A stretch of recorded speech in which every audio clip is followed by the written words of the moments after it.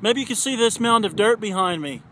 I just pulled into this large, open, vacant lot where they seem to be doing a lot of prep work to get ready for a shopping plaza that's going to be coming in a matter of months.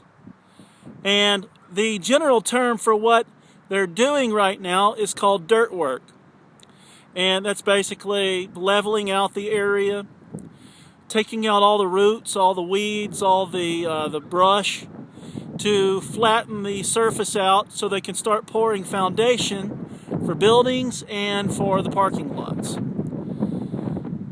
You know, as I look at what's happening here, it makes me think about what's been taking place in my heart over the weeks that we've been studying this topic of Christ and sexual purity. And I think about what's been happening in our group, what I've heard people talk about, and the long discussions I've had with some of you men. It basically boils down to dirt work. We've been dealing with the dirt that's in our hearts that we've been hiding for, in some cases, years. You know I've seen it in my life. And what God has been doing in us, men, has been leveling off those areas that we have been not giving much attention to. He's been pulling up the dirt and exposing it. The dirt that we've been hiding behind curtains for such a long time. And I know this can be painful as we come into discussion and talk about it. And I've seen the pain that we've dealt with. But it's a beautiful thing, man, because what's happening in us is that God is preparing our souls for a foundation that He is about to pour. A foundation of true discipleship. So this week we talk about the one thing